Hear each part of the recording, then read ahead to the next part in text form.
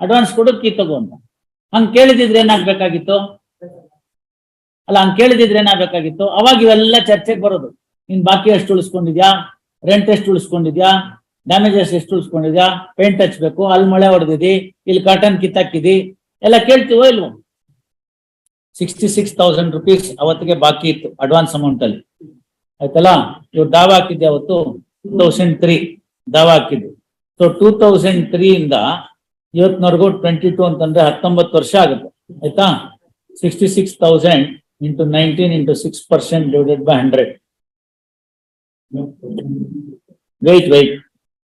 75,240 is the interest. 66,000 is the principal. 1,41,240 you are entitled. ನಾವು ತಾವು ಅರ್ಥ ಮಾಡ್ಕೊಳ್ಳಿ, ಬಾಕಿ ಯಾವ್ದು ಇರ್ಲಿಲ್ಲ ಅಂತ ತೋರಿಸ್ಬೇಕಾದಂತ ಜವಾಬ್ದಾರಿ ನಿಮ್ದು, ಅದ್ರಲ್ಲಿ ಏನ್ ತಕರಾರಿಲ್ಲ.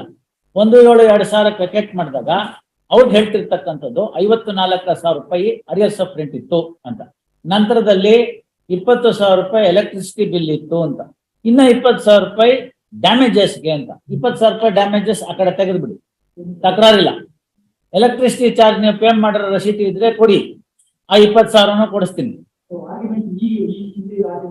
ಅಲ್ಲಿ ನೋಟಿಸ್ ಏನೇ ಇದೆ, ಇಲ್ಲ ಹೋದ್ರು ಕೂಡ ನೀವು ಕೊಡ್ಬೇಕಾದಂತ ರಸೀಟಿ ನೀವು ಕೊಡ್ಬೇಕಲ್ಲ.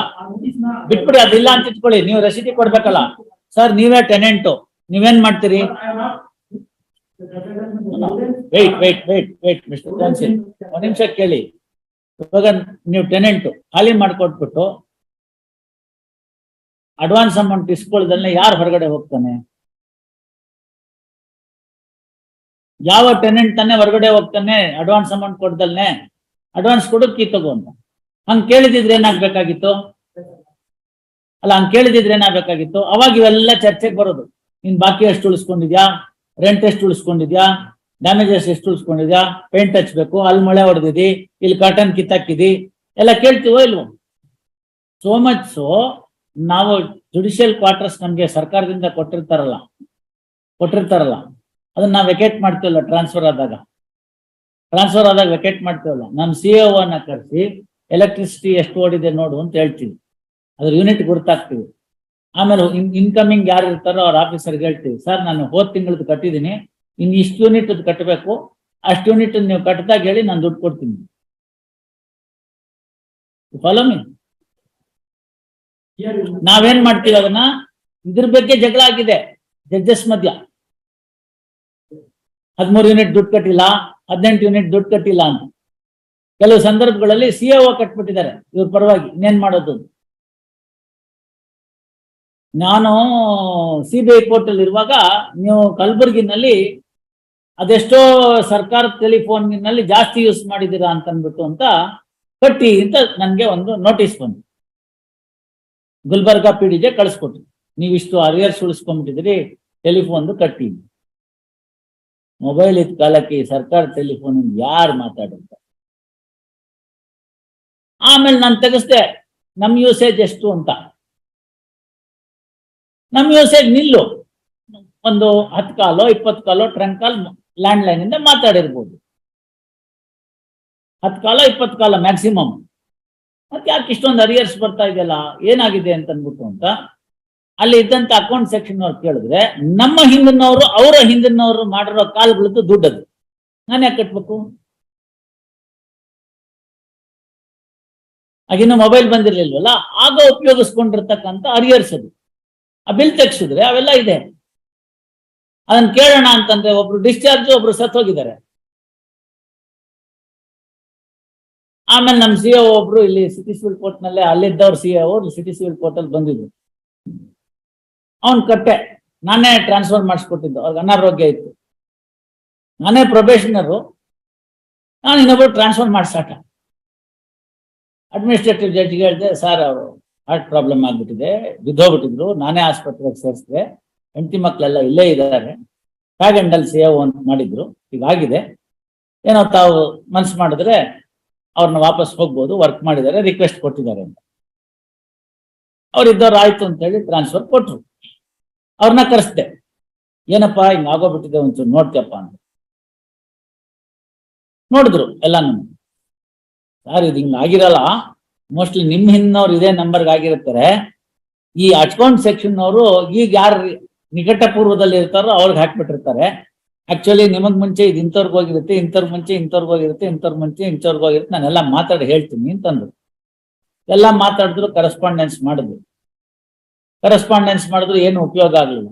ಆಮೇಲೆ ಒಂದಿನ ಬಂದವನು ನಿಧಾನಕ್ಕೆ ಕೇಳ್ದ, ಇದೊಂದು ಉಳಿದೋಗ್ಬಿಟ್ರೆ ಮುಂದೆ ತಾಪತ್ರೆ ಆಗ್ಬೋದು, ಸ್ಮಾಲ್ ಅಮೌಂಟ್ ಇದೆ ಕಟ್ಬಿಡಿ.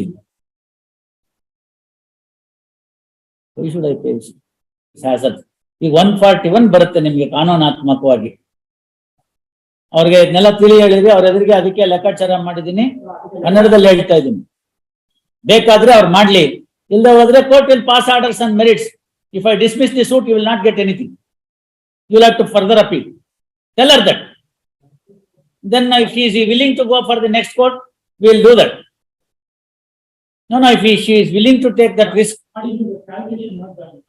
ಆ ಕ್ಯಾಲ್ಕುಲೇಷನ್ ಬಿಟ್ಬಿಡಿವ್ರೆ. ಇವಾಗ ನಾನ್ ಮಾಡಿದ್ದೀನಲ್ಲ ನಿಮ್ಮ ಎದುರಿಗೆ ಕೂತ್ಕೊಂಡು, 1,41,240 ರೂಪಾಯಿ ಬರುತ್ತೆ ಅವ್ರಿಗೆ ಕಾನೂನಾತ್ಮಕವಾಗಿ. ಇಂಟ್ರೆಸ್ಟ್ ನ ಇಲ್ಲಿವರೆಗೂ ಹಾಕೊಂಡಿದ್ದೀನಿ, 19 ವರ್ಷಕ್ಕೆ ಸೇರ್ಸಿ ಹಾಕೊಂಡಿದ್ದೀನಿ. 66,000ಕ್ಕೆ 75,240 ರೂಪಾಯಿ ಇಂಟ್ರೆಸ್ಟ್ ಬರುತ್ತೆ. ಸೊ 1,41,240 ರೂಪಾಯಿ ಅವ್ರು ಬರ್ಬೇಕು. ಅದಕ್ಕೆ 1.25 ಕೊಡ್ತೀನಿ ಅಂತ ಹೇಳ್ತಾರೆ. ಬೇಕಾದ್ರೆ ತಗೊಳ್ಳಿ, ಬೇಡ ಅಂತಂದ್ರೆ ಆರ್ಡರ್ ಮೇಲೆ ಆರ್ಗ್ಯುಮೆಂಟ್ಸ್ ಮೇಲೆ ಮಾಡೋಣ. ನೀವು ಮಾಡಿ ಆರ್ಗ್ಯುಮೆಂಟ್, ಆಮೇಲೆ ಅವತ್ತಿನ ದಿವಸ ಏನು ಬರ್ಲಿಲ್ಲ ಅಂದ್ರೆ ನನ್ನನ್ನು ಕೇಳ್ಕೊಡ್ದು. ಅವ್ರು ತಪ್ಪು ಬರ್ದಿದ್ದಾರೆ ಸ್ವಾಮಿ, ನಿಮ್ಗೆ ಅರ್ಥ ಆಗ್ತಾ ಇಲ್ವಾ ಅದು? ನೀವು ಅದನ್ನ ತಪ್ಪು ಬರ್ದಿರೋದನ್ನ ಕೆಳಗಡೆ ಕೊಟ್ಟು ಬರ್ದಿರೋದೇ ಸರಿ ಅಂದ್ರೆ ನಾನೇನ್ ಮಾಡಕ್ಕಾಗತ್ತೆ? I should be here. Yes, ಬರ್ಕೊಮ್ಮ, settlement not reported, posted for hearing. ಯಾತಕ್ಕೆ ಸುಮ್ಮನೆ ನಾವ್ಯಾಕೆ ಓದಾಡ್ಕೋಬೇಕು? ನನ್ಗ ಬರ್ಬೇಕು ದುಡ್ಡು, ಅವ್ರಿಗೆ ಬರ್ಬೇಕು ಪಾಪ, ನಾವ್ಯಾಕೆ ಮಾಡೋಣ? It is for her to establish. No, ತೊಗೊಂಡು ಆ ಕಡೆ ಇಟ್ಬಿಡಿ.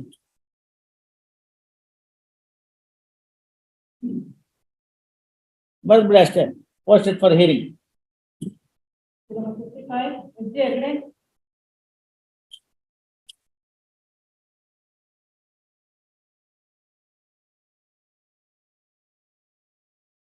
Case called thrice, none present on behalf of the case called out, none present on behalf of the appellant, on behalf of HR Anantkrishna time period. Record kudi.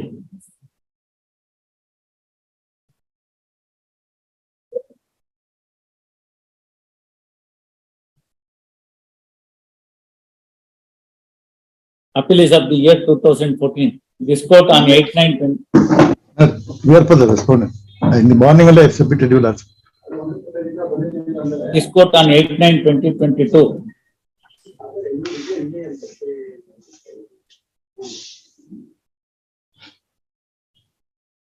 Condone the delay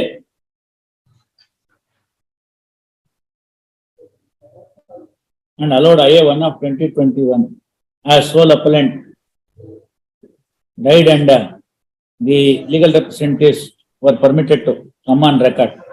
First, next para. In the interest of justice, matter is urgent beyond vacation.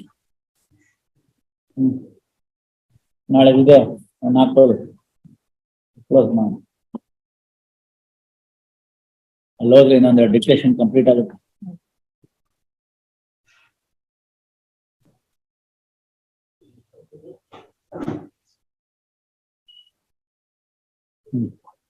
ಆಯ್ತಾ?